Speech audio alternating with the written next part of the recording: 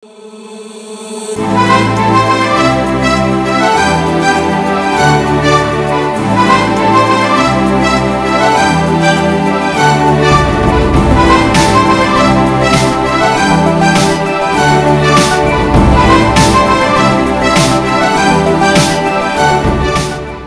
ya kokuta na bino na quel boule mag. Ba mama boa kitoko yo wapi kimia et continue ko mena mabota na bino awa ne esika boye bakabatote zali koleka na République démocratique du Congo, pourquoi pas na ville province ya Kinshasa.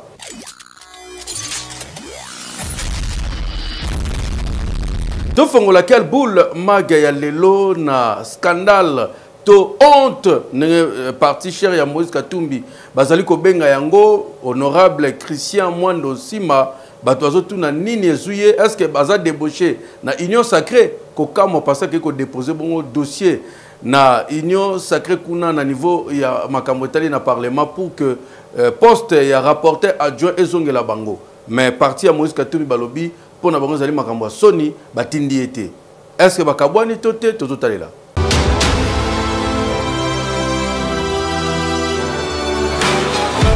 Pendant que ba député bazo kende déjà ko déposer ba candidature na bango conformément na calendrier électoral pour na deux postes yezali vacant na bureau ya Assemblée nationale, poste ya président na poste ya rapporteur adjoint, unique poste yezalaka réservé na opposition parmi les 7 yezo composé bureau ya Assemblée nationale. To surtout kaboye Christian Mwando Nsimba yezali cadre na parti politique Ensemble pour la République, parti cher ya Moïse Katumbi, à se retrouver na siège ya Union Sacrée de la Nation ko kamwa awa aye ko présenter candidate na bango y ensemble na poste ya rapporteur adjoint. Amemi et pas professeur André Mbata pour na représenter ye accueilli plus loin à sengi soutien ya majorité au pouvoir ba soutenir bango pe candidate na bango azwa poste oyo. Je vais voir le secrétaire permanent qui est le chef de la majorité parlementaire à l'Assemblée nationale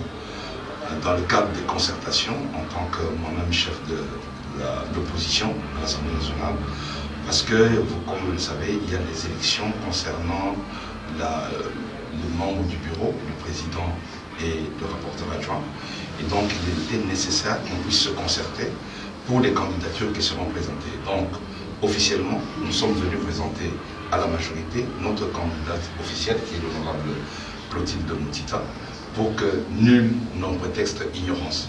C'est la candidate de l'opposition et nous avons demandé au secrétaire permanent de l'Union Sacrée, qui est le chef de la majorité parlementaire, de pouvoir accompagner cette candidature pour que le jeu démocratique se joue véritablement au niveau de l'Assemblée nationale. Na famille politique ya Moïse Katumbi et suscité ba réaction na ndenge ya kosakana te oyo ba jugé yango trahison ezali bongo ka ya Direcab pe porte-parole privé à Moïse Katumbi Olivier Kamitatu etu oyo réagir na compte X na ye pona kolobake ezali honte pe déshonneur pona bango makambu Christian Mwando azali kosala kasi ba misusu pe bazo se poser ba question pona rapprochement oyo ya Christian Mwando na kati ya majorité présidentielle ya Union Sacrée pona kolobake ezali débauchage en téléchargement te to ezali nini po comment akoki kokende kosenga soutien ya Union Sacrée pour na candidate na bango oyo azali ya opposition dossier etikali ya suivre tozo landelango de près. Keyo Madame Thérèse Wagner Kaikwamba oazali bongo ministre des Affaires étrangères ya République démocratique du Congo a beti loboko na mesa parce que bato belé bazali ko peta vie privée na ye na ba réseaux sociaux ko loba makambo lokuta alobi oya ko continuer ndengona oyeba ke bako kangayo atie ba avocat na ye pona ba poursuivre bato nyonso oyo bazo panza bongo masolo alokuta pona ye pe a confirmer effectivement zali na zemi mais pe ki c'était asala ba responsabilité ne asala mosala na kitoko donc vie privée na ye et talibinoté botika asala mosala.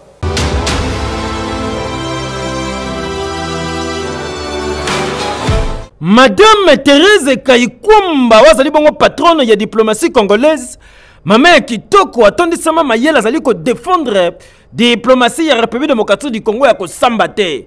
Lelo tozali koloba boye mama fandi kimia ti muteme suki. Aye ko répondre bato nyonso bazali kolobaka o mama ndenge aza na mikolo oyo libumuza ya kovimba misusu balobi zemi ya bana mapasa misusu mpe balobi wana feza ya 4 to ya 3. Ministre des Affaires étrangères ya République démocratique du Congo asali déclaration personnelle tala yango ne bakomi na kati awa a préciser boye. D'abord, azali ko assumer pleinement responsabilité ya ko protéger mwana. Ya mibale, protection ya famille, pe surtout ko luka ko continuer ko servir mboka na ba tâche pe ba fonction politique azali na yango. Surtout bino batu, soki bofani na TikTok, bofani na Facebook, na Instagram, bi komela ba lecture ke songi. Batu wana nyonso, esengeli ko yebake Madame Thérèse Kayikwamba alobi susu boepo na bino. Koute na minute yo a saisir déjà justice. Mingi, surtout au côté Belgique. Pour ne poursuivre, batu nyonso oyo bazoluka ko salir kombo na yepe ko kota na vie privée na ye. Na kati wana a cité na ba kombo. Pero Louara po yemta nganza maki kombo mamanga ni Thérèse Kayikwamba donc musala mamanga ni sala ka kitoko batu ba kiparate babeta kara ata félicitations à Pamba balinga lobate. Bazelaki kaka libuma mame koma ya vimba po et comme si je na bango ya tous les jours. Madame Kayikwamba lobi Pero Louara na mese Bazouz bango nyonso justice et kolandela bango. Mais question na biso ezali boye est-ce que soko zali homme politique topé homme public population azali pe na droit ya koluka kolandela vie ya bato bazo gérer bango po dossier ya Madame Kayikwamba et lobby si pe déranger bato na niva ko sakanate abi okota sous comme le touro yena na justice hekeyo IGF Christophe Bitasi moya za na politique mosusu azali ko sala mosala botela ba activité o sala mi bongo na mois d'octobre.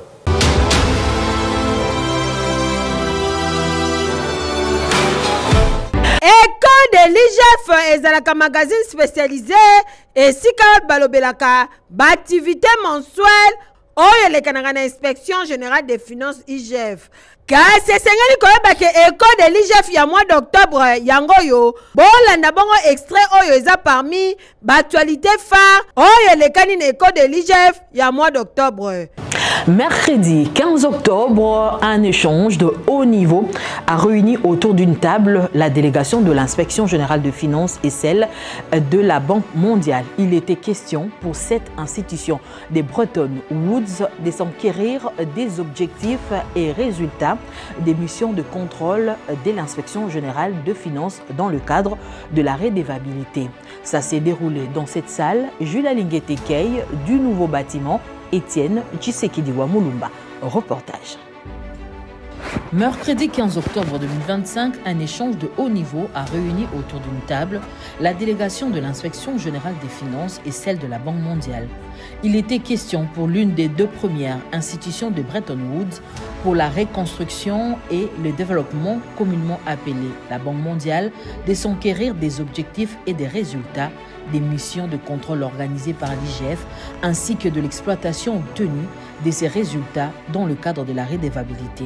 La partie inspection générale de finances était représentée par Christophe Bitasi-Moi, inspecteur général de finances, chef de service, avec à ses côtés Emmanuel Chibingu, chef de service adjoint, et Hermani Eleza, inspecteur des finances, coordonnateur des brigades.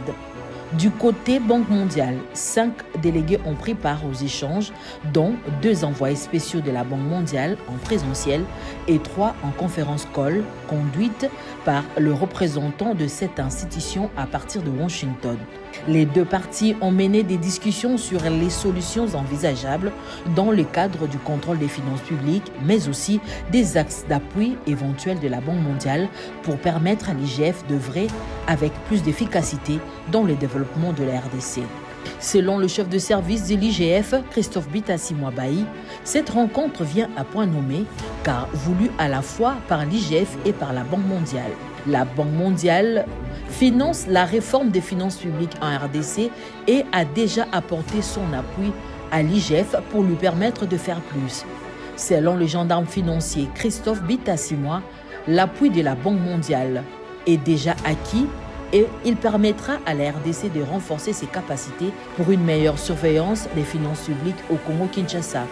Cette rencontre marque un tournant décisif dans la collaboration entre les deux structures qui vont désormais travailler ensemble pour améliorer la gestion de finances publiques en RDC et promouvoir la redevabilité.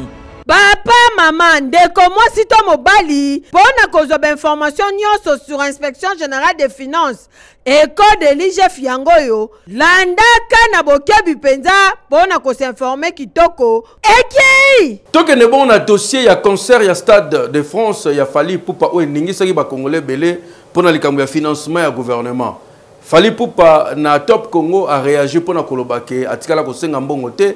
Donc, makambo nyonso betami na kombo netali ete to moni ministre ya culture yepe a réagir mais ba congolais belé bazo mituna parce que mbongo wane bimaki to bimaki te côté kuna Gauthier Seye proche affaire egola yazo continuer ko signifier pe ko lobake mbongo bimaki tozo talela tozo zimele.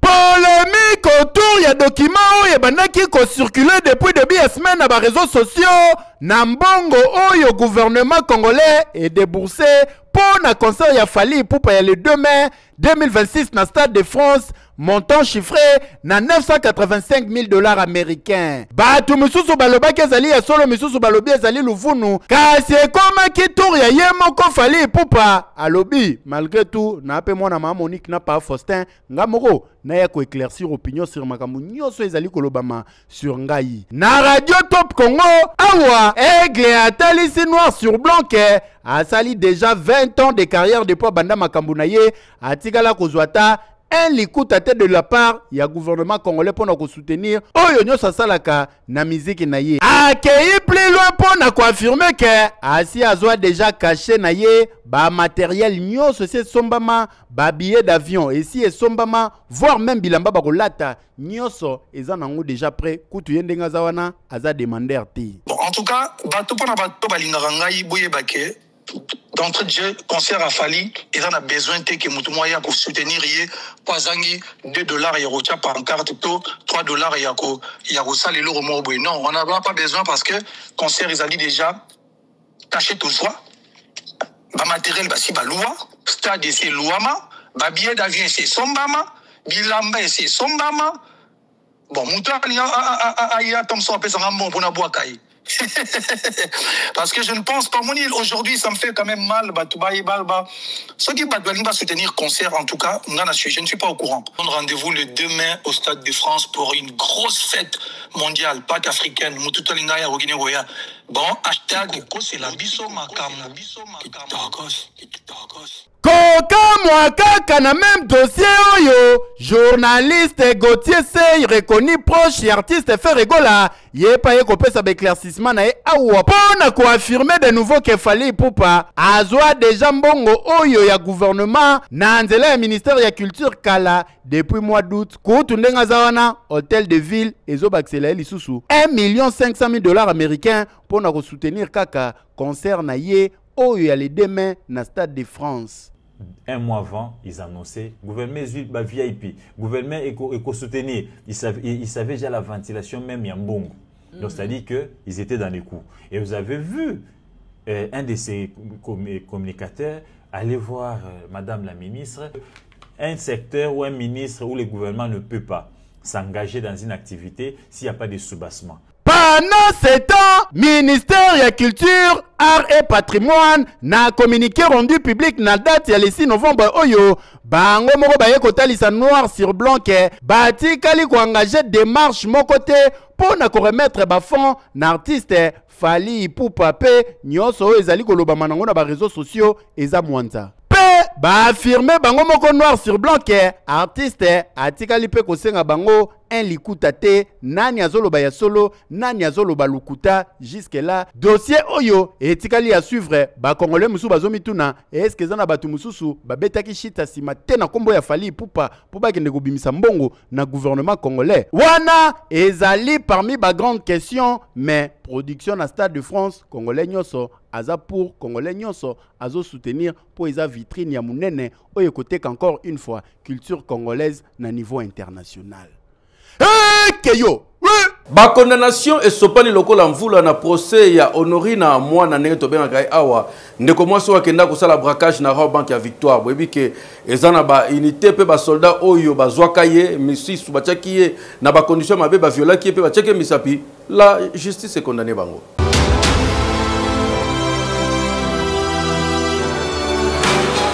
procès ya mama na biso Honorine oyo akimaki Allemagne nzale betaki ye ayo luka abrake a na Kinshasa na Rabobank. Procès on a bon ndimela ngai kote msusu bando sambisa ye lokola yaki na munduki ya Kopal akoti po abrake bato. Kote msusu pe procès msusu zo salema ya basoda oyo batokaki mamanga niti na kati ya mutuke wa babane ko tukumune misapi. Lelo justice militaire après avoir koyoka moko na moko ndenge misusu bandimaki ke batokumunaki misapi mezaki na intention ya mabete. Justice militaire est condamné et kateli ba misusu ba 10 ans et a quitté pe ba misusu yoke lokoyo. Ba avocat na bino ba expliquer bino teneur bato baza quitté bon ba oyo baza quitté bako keni na ndaku mbala moko te oyo aza quitté soka futi frais d'instance nde quitté a refuta frais d'instance te a kokeni mbala moko na ndaku. Donc oyo aza quitté mbala moko ndaku oyo azali condamné avec sursis lokola adjudant chef oyo Tchandang pour kende ndaku il faut ofuta maya mukanda 200 000 francs congolais.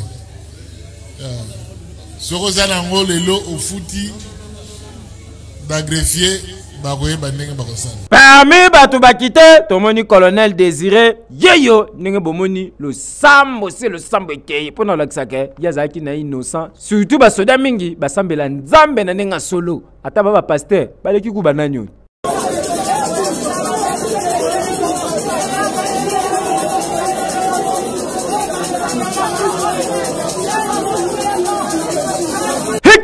Nazo continue ko beta sete na yo mutoza na ba moyen boyebi ke kozwa visa ya Schengen ezaka pasi ya kosakana te mingi ba mekape bazwa te occasion yango yo 40 candidats ne bungisami pona bakende na campagne oya sur les traces d'apôtre Paul kokende moka Grèce ko visiter ba site chrétien eza possible visa ya Schengen ya 2 semaines mais conditions ezali kokende Grèce okei ozongi pe okimite ba dossier te kozala traité na agence oyo babengi na kombo ya Grace Consulting benga bango.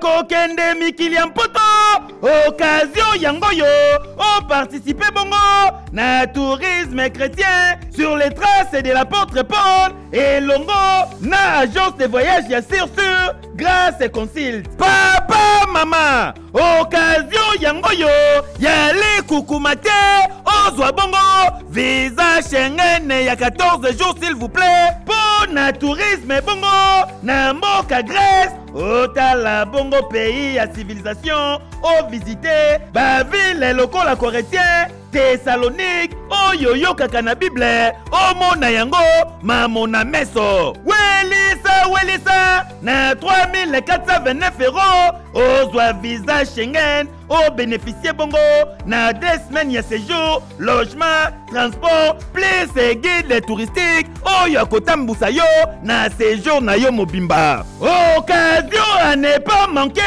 okota bongo na package oyo tika na yebisa bino welisa po ba place ezali bongo limité. Tourisme chrétien sur les traces de l'apôtre Paul. Occasion ya komona mikili ya li kukumate ya mbala moko ozwe visa Schengen na yo. Conditions ezali se moko ozala bongo économiquement stable et bongo soki okanisi ke okobwaka ngunda to pengulu posana po awa makambu wana ezalaka te. Papa mama welisa po tourisme chrétien sur les traces de l'apôtre Paul ezali visa ya sur ya matindi kafe occasion yangoyo ozwa visa Schengen na passeport na yo. Agence Grâce Consult ezwami na Kinshasa na avenue Willery na croisement nango na rail to pe okoki kobenga bango na plus 243 83 47 72 174 oza mobimba. Ekeyo! Oui! bakangi mobali na ye mama na kanda wana ye na société la police alobi awa bokangi mobali na ngai ye mwana ye ya sondoli bango mwana kokamwa.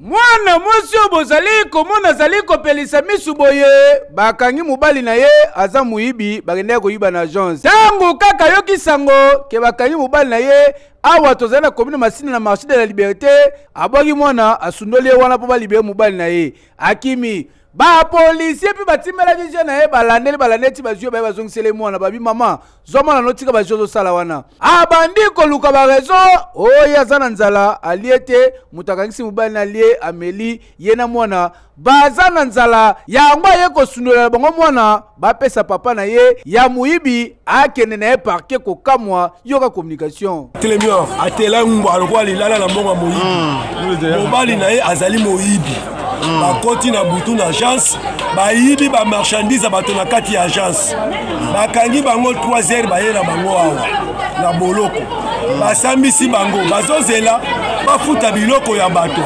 mwasi na ye oyo amesala kolia mbongo ya moyibi aboti mwana na moyibi la police aza distrait atikali kosundola bebe na la police po babimisa mobali na ye akimi antuka makambo ya boye eza normal ata mukie te po bakangi mobali na muyibi yo na mwana oyo kosundola awa tanga banda kolela tie makelele bakonzi balemba babimisa mobali na yo oyo tekniki ya ndenge nini Kinshasa eza na ba réalité na yango mama ozo chape munoko ozo pelisa pe misu mwasi azalaka boye te enini yoka soniti wana jeune fille luka kopo sala olia otia makanisi pa mobali na yo et pourtant oyebi musala salaka ya normal te heke yo ouais Bi Royal kende pa na bango osomba ndako na yo yango yo tango ozano na makasi.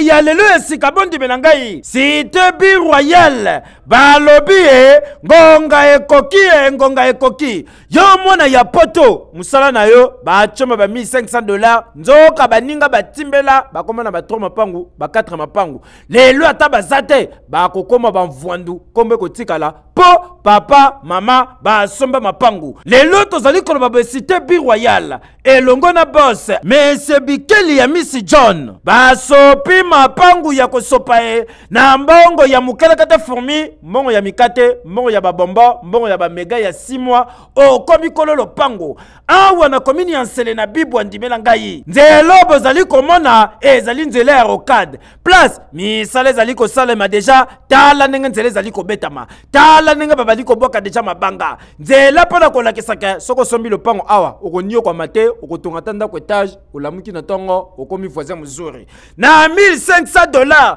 welela oyo ezali deuxième cité po première cité boyebi ezalaka liboso ya mangengenge kuna basopa pe masolo deuxième cité yango yo kote rocade ezali kosalema awa kobukana te ndeko mwana poto welela mona loin toli ya pete tozopesaka toujours confiance na bandeko na biso bazala kosoma mapango awa bakoki komitumisa te na lopango na yo moko zelo ezali tozali awa na baingénieur oyo bayebi kotala kodetecte mabele lolenge nini ezali oyo bakoki kosunga yo mpona koyeba kolakisa yo mabele lolenge nini ekoki kosenga keno batonga mapango na biso nyonso eza cadastre awa sikoyo tozali na site 2 Bi Royal site 2 ezali na pembeni ya rocade oyo ezoleka na awa tana toboyi lobiolela onga mbongo bakosenga na pesa mbongo nanga basomba lopango te po okene kosomba place mabe awe pa ya boss Monsieur Bikeli ya Miss John soko tinda ta mbongo soko lukia ta bato osombi oza mobimba po nyonso kitoko yo wapi dans 2 à 3 ans okomi papa mapangu awa na bibwa ezali kobeta malokola je surtout na nzela ya rocade tala misandenge ezosalema yoti lelo aussi saka mbongo la bachomba nyongo okotuna ngulu muninga na komi da bayer ya 4 mapango ka aye pa boss Miss welela heke yo grâce ya mama Denise Nyakero première dame ya République démocratique du Congo nde excellence ya bourse oyo et permettre ba congolais belé ba kende kotanga na l'étranger Mais les lots possibilités commis parce que le gouvernement congolais prend en charge Excellencia, Maman Denise Asepeli.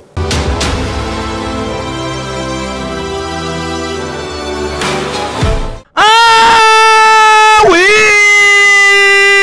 Action ya ndenge na ndenge oyo esalema na programme lona ya première dame Mama Denise Nyakeru Tshisekedi mingi vision oyo ezalaka bongo résumé na Excellencia po na kobongisa bongo avenir ya République démocratique du Congo ya lobby ba action oyo e marqué ba congolais pe ba tumisusu ya libanda oyo ba monaka bongo ndenge première dame atiaka accent na encadrement ya ba jeune lelo yo victoire epesami po intelligentsia désormais programme national yokelokoyo. Aujourd'hui, je choisis de concentrer notre force, notre énergie, notre vision sur un seul et unique axe, l'éducation. Parce que éduquer, c'est éveiller. Éduquer, c'est prévenir. Éduquer, c'est transformer. Ensemble, nous allons sensibiliser les communautés, former les jeunes filles et les adolescentes, soutenir les centres pour filles vulnérables, encourager les filles vers les sciences, technologies, ingénierie et mathématiques, les STEM, ainsi que les nouvelles technologies de l'information et de la communication. Lutter contre les barrières et obstacles à l'épanouissement des femmes, notamment les violences basées sur le genre, les pesanteurs culturelles, l'éducation, c'est le début de tout. Et c'est là que tout commence. À vous, jeunes élèves de notre cher et beau pays, la République démocratique du Congo, j'ai une grande nouvelle à vous annoncer. Le gouvernement a accédé à notre plaidoyer. Oui, vous avez bien entendu. Excellencia devient un programme national. Le gouvernement a dit oui à l'excellence, oui à vos efforts, oui à votre avenir. Cette victoire, c'est la vôtre. Merci à vous, élèves, pour vos efforts. Merci à vous, parents, pour vos sacrifices. Merci à vous, peuple congolais, pour votre mobilisation. Et merci à son Excellence, Monsieur le Président de la République, pour avoir placé l'humain au cœur de son action.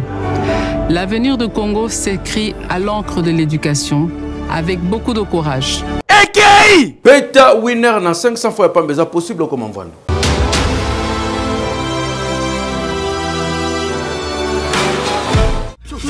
Nous sommes en retard. Bonjour, messieurs. Prenez place, s'il vous plaît. Bonjour.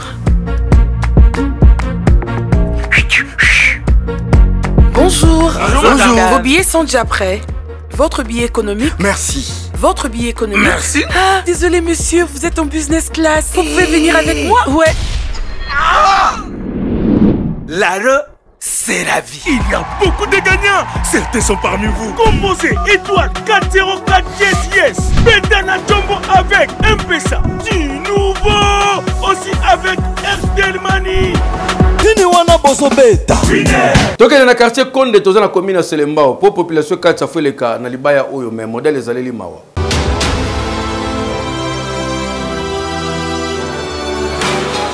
Population ya quartier Kalunga na quartier Konde la commune ya Selembao basengi na bakondi balongola bango na carte géographique ya Congo po bakoma bana bitike bakoma na bango abandonné bayebite ce qui ba exista kaka na Congo veut dire au député au notable topé bourgmestre bayebi ata jour nini bamona linzaka ya mutu te na esika oyo donc bango bayebi nzambe kaka moi na butu botala kaka bino moko denzeta bambu oyo yango nde ekabola quartier Konde na quartier Kalunga po okene na ngamu mususu tala kutu ba jeune garçon oyo bameki ko traverser denzeta bambu muninga ye wana jubu adindi na mai mama na ngambu na yatali kaka lobi a gagné temps atie makolo na mai na bassin na mutu ye wana azali ko katisa po kene na ngamu mususu soki okomi awa liboso sambelaka na ona nutika nyonso kokweya na yo na maboko ya nzambe après olongoli mapapa okangi goutte otengami ozotambola malembe neti nya amoni puku po akende kokanga ye tala neti ndeko azokatisa mupanzi na bokebi nyonso po soki akebi te alie mbwengi. Bongo ya boye bana mike kutu bazokoka kokatisa te ebongo yo mutu a 100 kilo soki okomi awa mawebele okonyokwama na ndenge osakana te soki oriske te okokota na mai mpona kokatisa. En tout cas ya boye eza normal te po population ya quartier Konde na quartier Kalunga na commune ya Selembao balobi passerelle onde bomoni yango boye eza nde mutu amutema malamu mutu aya na denzeta bambu o atia et permettre bango ba se fréquenter des quartiers. Kasi basengi na ba notable ba député o bourgmestre botia bango na nuka ba wumeni na situation oyo bosala bango passerelle o bakoki koleka na ndenge ya malamu baya kokirele bango pe kalamu na direction oyo peut permettre bango batambola malamu ndenge ba population bakwa musu batambolaka bobosana bango botika bango kaka boye sima bokozongela bango est-ce que bako voter lisusu et normal tin eki tout que na TVC médical boyebi que docteur Benjamin Tatete azali ko séjourner awa na Kinshasa na maman Violette Tatete boya mangu po bazali ko sala opération profiter pendant que baza awa.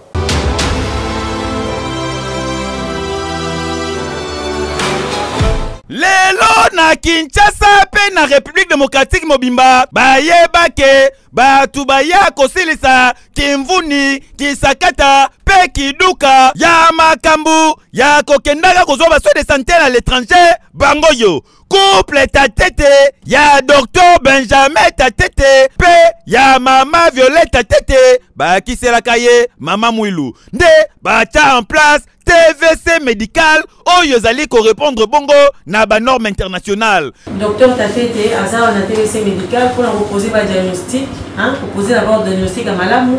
Pour ceux qui ont bani un diagnostic te okokende partout, ba kotia bichacha, okemena bopito musu ba rotinda okemona ba tradi praticien, musu ba rotinda kene komona ba pasteur ba lobana okene komona ba les familles ko lobakene komona ba kotindo partout. Donc c'est important, si vous avez un problème, ma colézo vimba, ma colézo moto, ma colézo changer couleur, si vous avez les moukier, après bambou la nègre betibo, il va tout ming restipel, na ba infection route na ba potopoto route na ba maille à sanité. Ceux qui ont un terrain déjà misisa mabe et ko ça la nini et ko baby sa poso.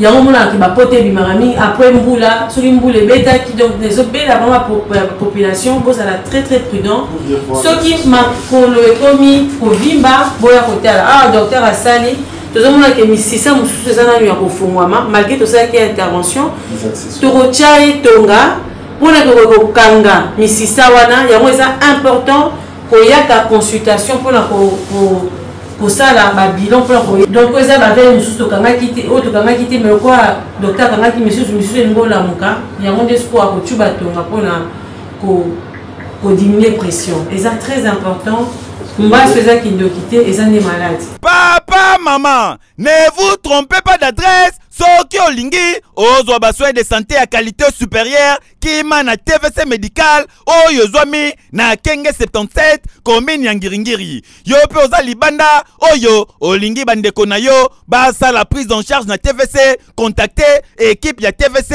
na ba numéro oyo eza affiché. Ah docteur Benjamin Tatete na mama Violette Tatete bino boza vraiment don oyo nzambe apesi na ba congolais po grâce na bino basoins de santé est commis assuré à Wana Kinshasa. Et Keyo! Oui! Na commune ya Kisenso ba Croix Rouge ba moni mutu akokufa ba lobaza indigène azana documenté ba beleli ba konzi batala pende kwa ko kanisa ndeko naye aluka ne ya ko contacter bango.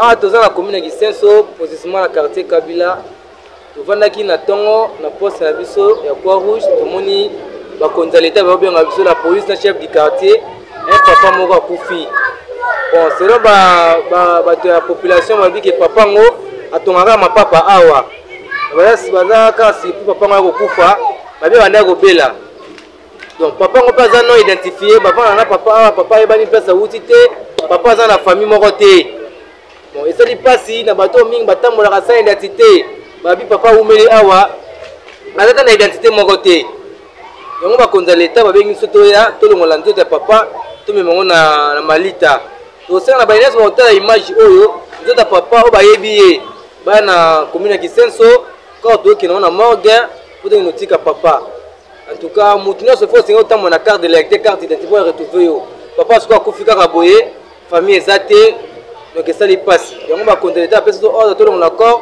tenge notika na morgue bamama eboya kitoko wapi merci pour la fidélité ne bozo continuer kosala confiance na quel boule mag kimia eumela na mabota na bino eke yo oui